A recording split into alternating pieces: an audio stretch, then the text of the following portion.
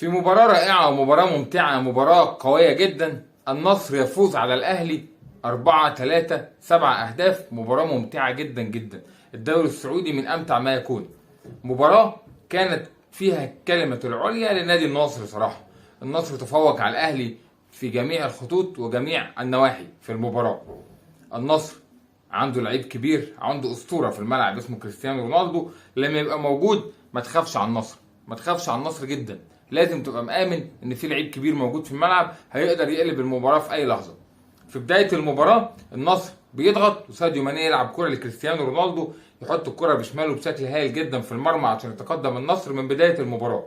في الاول كده على طول دربكة، كريستيانو يلم الليل، ثم كرة تاني لكريستيانو بيلعبها بشكل غريب جدا جنب العارضة، كانت ممكن تبقى الهدف الثاني والنتيجة تكبر بشكل كبير. ثم بعد ذلك هدف ثاني لتاليسكا.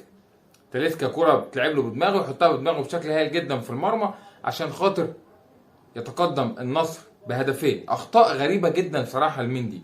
مندي المفروض انه افضل حارس في العالم الفترات اللي فاتت واسم كبير، والنادي الاهلي جايب حارس مرمى يثبت نفسه ويثبت ان هو حارس مرمى كبير ويبقى سد منيع جدا للاهلي. ولكن بالعكس مندي يعني انا اسف بيشيل الاهلي اهداف كتيره جدا هذا الموسم حتى الان. نقطه ضعف كبيره جدا في صفوف الاهلي هو مندي حارس المرمى.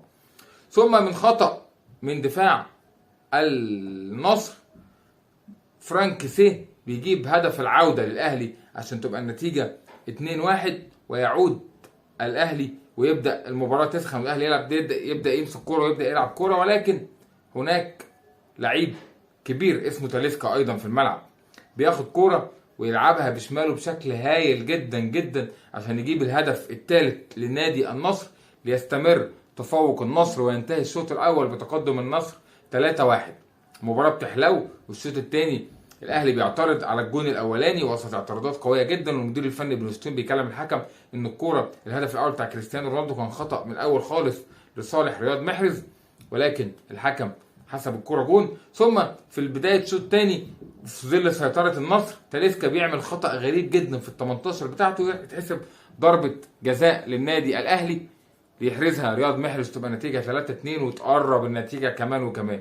ولكن في لعيب اسطوره في الملعب اسمه رونالدو، كرة بتجيله بيرقص بشكل هايل جدا وبشماله بيلعبها بشكل هايل في المرمى. خطأ كبير من مندي لو مركز شويه كان يقدر يطلع الكرة عشان النصر يتقدم بالهدف الرابع، ويبدا النصر بقى يمسك كوره ويقسم ويلعب الشكل الجمالي والكوره الجميله الشيك اللذيذ. ويبدا المدير الفني بقى يخرج ساديو ماني ويخرج ايضا اوتافيو وينزل سيكو فوفانا وينزل عبد الرحمن غريب ويبقى ليهم الكلمه العليا في المباراه. ولكن رياض محرز موجود ايضا لعيب كبير يبدا يعمل شغل كبير جدا من ناحيه اليمين ويعمل عرضيات.